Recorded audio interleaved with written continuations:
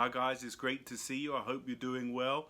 In this episode, I'm finally getting round to talking about Moonwalking with Einstein, the book, and Josh's journey from the beginning of his memory adventure all the way up to competing in the 2006 United States Memory Championships.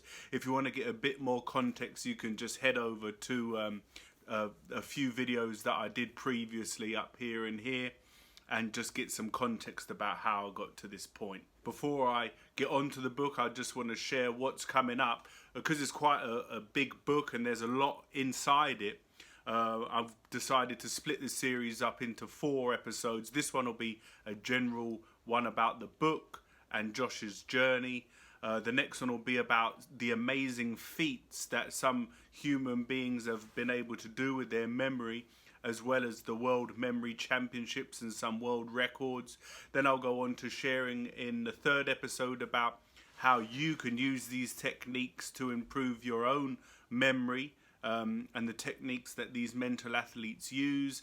And then the 4th and final episode, I'll just talk about memory more generally and what it means to us and our lives and our experience of life, and all these things I'll touch on in all the other episodes, but there'll be the specific outline of the next few episodes about this brilliant book, which I highly recommend to everyone to read if any of these things interest you even slightly. Now let's get back to the book. The story starts with Josh trying to find out who the most clever person in the world is, the most intelligent person in the world, and he's doing some research on Google, and he's finding all sorts of different people coming up, the best IQ and all these other facets of the intelligence and mind. But he says he kept coming across this one man called Ben Pridmore, who was the current reigning world memory champion.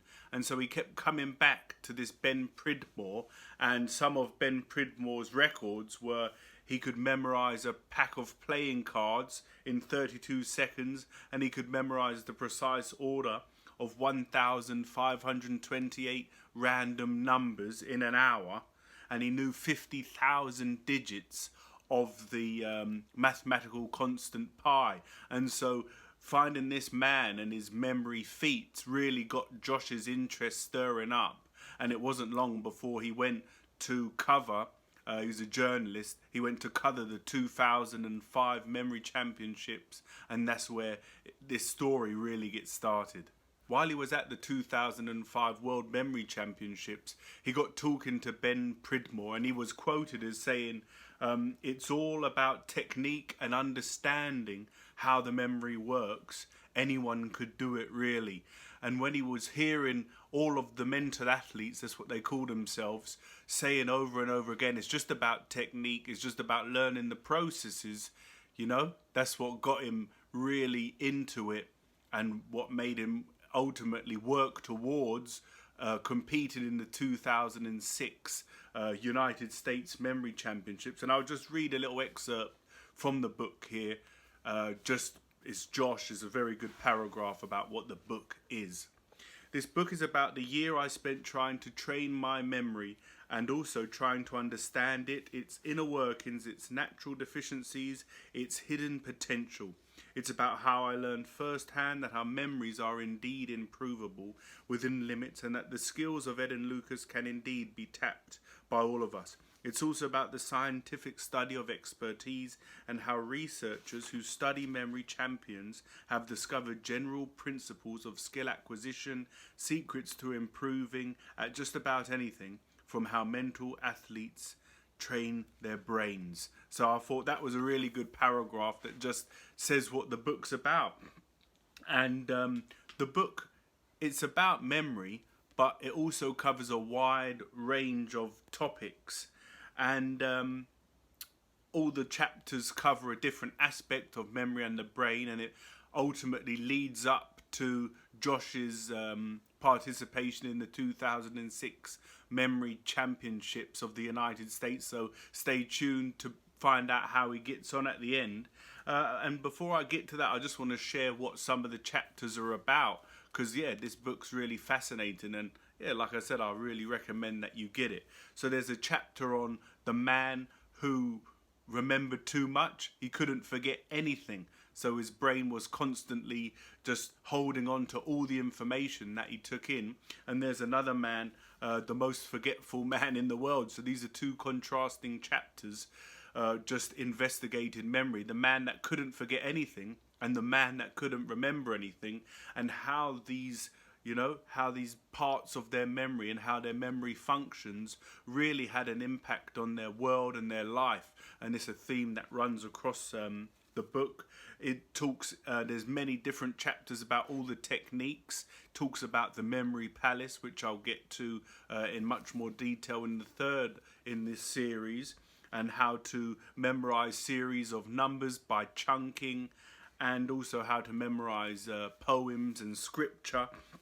He talks about also the end of remembering, the invention of the Gutenberg press and the popularization of books in the 1500s, and how this was the beginning of humans beginning to externalize their memories. And now, of course, we've got devices and tablets and laptops, so our memories are even more externalized now. We rely on these notes and these voice notes and Google and all these things. And so a lot of the characters in the book are this is what they harp on about, that the art of memory has been lost and they're trying to rejuvenate it and share it. And I suppose, that's what I'm trying to do with these series, because it's quite interesting when you learn the techniques and you see what's possible. He also goes to see two men, one called Daniel Temmett, which is quite a good bit of journalism, what he does about this. Daniel Temmett, he's the character in the documentary Brain Man, and he dives into this character and finds out some interesting stuff about it, but I'll leave that up to you to read the book. I don't want to spoil that. And he also meets Kim Peek, which, if you've seen the film Rain Man with Dustin Hoffman and Tom Cruise, Kim Peek is the character that the film is based on. And so he goes to meet this man, fascinating, really eccentric character, and he shares a chapter about meeting him and, again, what his life is like and all the amazing feats that he can do with his brain and his memory. But on the other side, he struggles socially, as you've probably seen if you've seen the film. And finally, at the end of the book, he comes to the 2006 US Memory Championships. He's come a long way in a year. He's had a lot of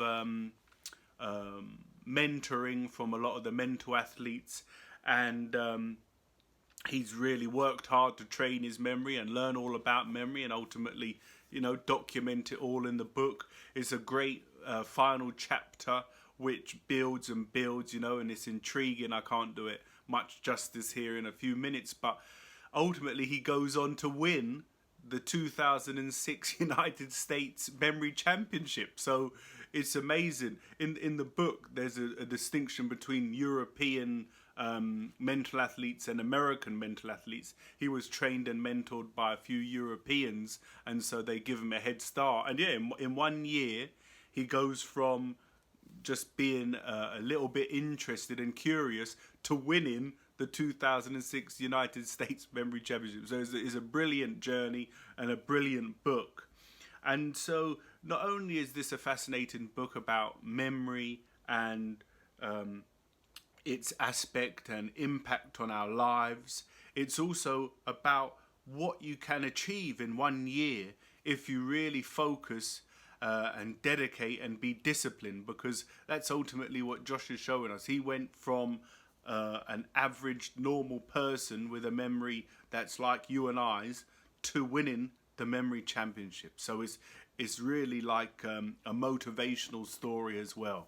So if you enjoyed that episode about moonwalking with Einstein and Josh's journey, be sure to hit that subscribe button and the bell to be notified of the upcoming episodes that I've got coming about the amazing feats of memory and the World Memory Championships and the records, how you can go about training your memory with these techniques, and also how memory impacts our lives and our views of the world. And so, comment below, let me know which one of those you're most looking forward to.